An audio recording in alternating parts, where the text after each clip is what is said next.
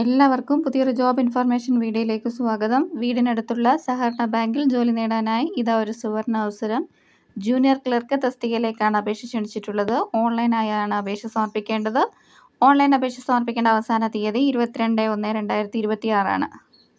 നേരിട്ടുള്ള നിയമനമാണ് നടത്തുന്നത്. പരീക്ഷാ ബോർഡ് നടത്തുന്ന OMR പരീക്ഷയുടെയും ബന്ധപ്പെട്ട സഹകരണ സ്ഥാപനങ്ങൾ നടത്തുന്ന ഇൻ്റർവ്യൂവിൻ്റെയും അടിസ്ഥാനത്തിലാണ് പരീക്ഷാ ബോർഡ് റാങ്ക് ലിസ്റ്റ് തയ്യാറാക്കുന്നത്. റാങ്ക് ലിസ്റ്റ് പ്രകാരമായിരിക്കും നിയമനം നടക്കുക. നിയമന അധികാരി ബന്ധപ്പെട്ട സഹകരണ സംഘം അല്ലെങ്കിൽ ബന്ധപ്പെട്ട സഹകരണ ബാങ്കുകളാണ്. ഓൺലൈനായാണ് അപേക്ഷ സമർപ്പിക്കേണ്ടത്. ഓൺലൈൻ അപേക്ഷ സമർപ്പിക്കേണ്ട ഒഫീഷ്യൽ വെബ്സൈറ്റ് www.cseb.kerala.gov.in ആണ്. പുതിയതായി അപേക്ഷിക്കുന്ന ഉദ്യോഗാർത്ഥികൾ CSEBയുടെ ഒഫീഷ്യൽ വെബ്സൈറ്റിൽ ഓൺലൈൻ രജിസ്ട്രേഷൻ പൂർത്തിയാക്കിയ ശേഷവും നിലവിൽ രജിസ്റ്റർ ചെയ്തിട്ടുള്ള ഉദ്യോഗാർത്ഥികൾക്ക് അവരവരുടെ പ്രൊഫൈലിലൂടെയും ഓൺലൈനായി അപേക്ഷ സമർപ്പിക്കാവുന്നതാണ്. ജൂനിയർ ക്ലർക്ക് അല്ലെങ്കിൽ കാഷ്യർ തസ്തികയിലേക്ക് അപേക്ഷിക്കാൻ വേണ്ടുന്ന വിദ്യാഭ്യാസ യോഗ്യത SLC അല്ലെങ്കിൽ തത്തുല്യ യോഗ്യതയും കൂടാതെ ജൂനിയർ ഡിപ്ലോമ ഇൻ കോർപ്പറേഷൻ അടിസ്ഥാന യോഗ്യതയും ആയിരിക്കും. അല്ലെങ്കിൽ BCom കോർപ്പറേഷൻ ഉള്ളവർക്ക് ഈ തസ്തികയിലേക്ക് അപേക്ഷിക്കാവുന്നതാണ്. അല്ലെങ്കിൽ അംഗീകൃത സർവകലാശാലയിൽ നിന്നുള്ള ഏതെങ്കിലും ഒരു വിഷയത്തിലുള്ള ബിരുദവും അതോടൊപ്പം സഹകരണ ഹയർ ഡിപ്ലോമ ഉള്ളവർക്കും ഈ തസ്തികയിലേക്ക് അപേക്ഷിക്കാവുന്നതാണ്. തിരുവനന്തപുരം, ആലപ്പുഴ, കോട്ടയം, കണ്ണൂർ, കോഴിക്കോട് തുടങ്ങിയ ജില്ലകളിൽ ഒഴിവുകൾ റിപ്പോർട്ട് ചെയ്യപ്പെട്ടിട്ടുണ്ട്.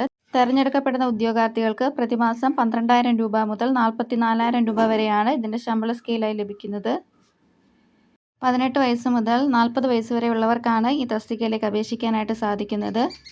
പ്രായം 1/1/2025 അടിസ്ഥാനമാക്കിയാണ് കണക്കാക്കുന്നത്. SC, ST, OBC കാറ്റഗറിക്ക് ഏജ് റിലാക്സേഷൻ ഉണ്ട്. SC, ST കാറ്റഗറിക്ക് 5 വർഷവും OBC കാറ്റഗറിക്കും വിമുക്ത ഭടന്മാർക്കും പൊതുവിഭാഗത്തിലെ EWS കാറ്റഗറിക്ക് 3 വർഷം ഇളവും ഭിന്നശേഷിക്കാർക്ക് 10 വർഷവും വിധവകൾക്ക് 5 വർഷത്തെ ഏജ് റിലാക്സേഷനുമാണ് ലഭിക്കുന്നത്. ആദ്യഘട്ടത്തിൽ സഹകരണ സർവീസ് പരീക്ഷാ ബോർഡ് നടത്തുന്ന പരീക്ഷയിൽ 1 മാർക്കിൻ്റെ 100 ചോദ്യങ്ങളാണ് ഉൾപ്പെടുത്തിയിട്ടുള്ളത്. ഒരു സംഘം അല്ലെങ്കിൽ ഒരു സഹകരണ ബാങ്കിൻ്റെ യോഗ്യതാ ലിസ്റ്റിൽ ഉൾപ്പെടുന്ന ഉദ്യോഗാർത്ഥികൾക്ക് ഇൻ്റർവ്യൂവിന് പരമാവധി 20 മാർക്കാണ് നിശ്ചയിച്ചിട്ടുള്ളത്. ഇൻ്റർവ്യൂവിന് ഹാജരായാൽ 4 മാർക്ക് മിനിമം ലഭിക്കുന്നതാണ്. ബാക്കി 16 മാർക്ക് ഇൻ്റർവ്യൂവിൻ്റെ അടിസ്ഥാനത്തിലായിരിക്കും കിട്ടുക.